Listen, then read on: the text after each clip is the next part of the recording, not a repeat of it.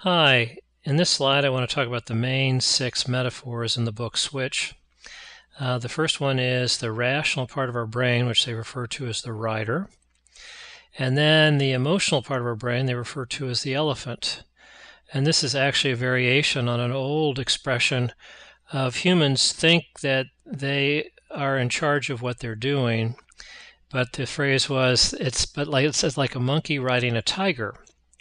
The tiger goes, the subconscious emotional animal goes where it wants to go, and the monkey pretends that it's riding and sort of explaining or rationalizing why the tiger is doing what the tiger is doing, but the monkey's pretending to be in control.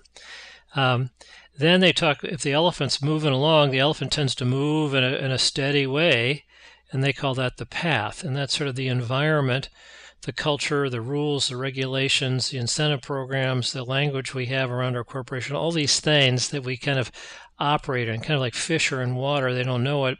There's this environment around us, and it sort of induces and creates a kind of habitual way of doing things. So that's, as creatures of habit, we just like to keep moving along the way we're moving along, and so that's what they call the path.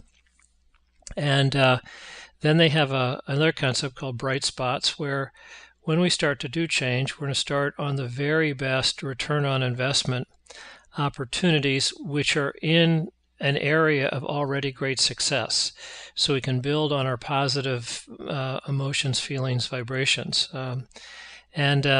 We know from previous playlists that if we use line item net profit analytics and do ranking reports, we find out that the extremes of these ranking reports, we find enormously profitable customers and items or sales territories or whatever lens you're looking through. That's just, of course, a symptom. But when we ask why to get to the root cause, we say, well, wait a minute, here's an opportunity. How can we leverage this new insight? That would be a bright spot because it's focusing on the very best thing.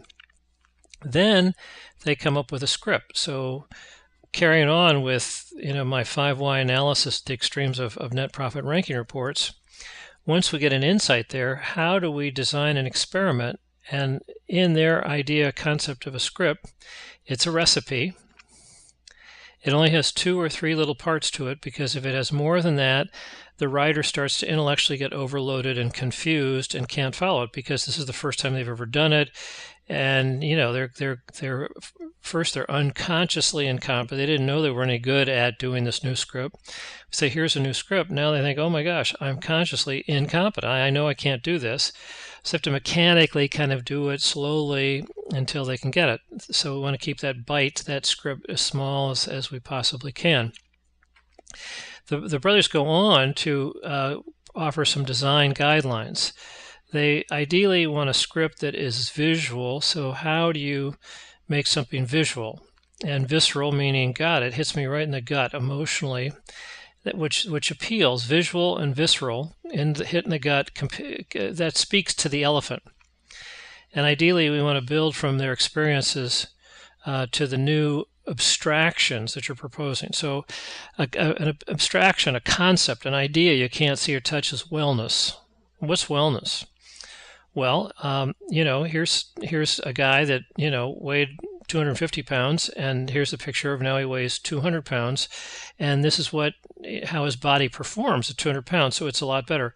Oh, wow, I can see visually that he lost a lot of weight, and when I look at his blood pressure and all these other metrics beneath before and after, I'm getting that. So it's visual and visceral.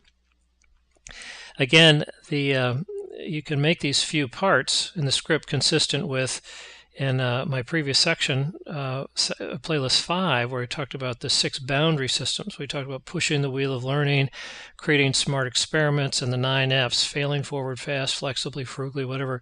These are additional design guidelines that you can use to sort of design this script. And then, of course, it'd be nice to have a special report for tracking how you're doing with implementing the new script. And the last concept is called rally the herd. And since we are social creatures and we want to, typically most of us want to conform, if we can get a lot of people going along with it, other people go along because they just want to be part of the group. And again, in section 5, when I was talking about the high performance boundary system, I got into a few clips on a very simple wellness program and healthy hydration and taking more steps every day.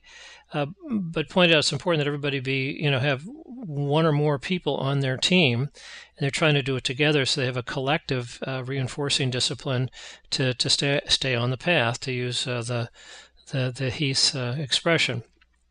And another rallying tool, which we looked at in Module 5, was the idea of publishing praising statements. So when we start some new change program, when we get any kind of incremental progress, we can create a praising statement, put it in the publication, and let everybody know, hey, more and more people are doing more and more stuff and moving down the path.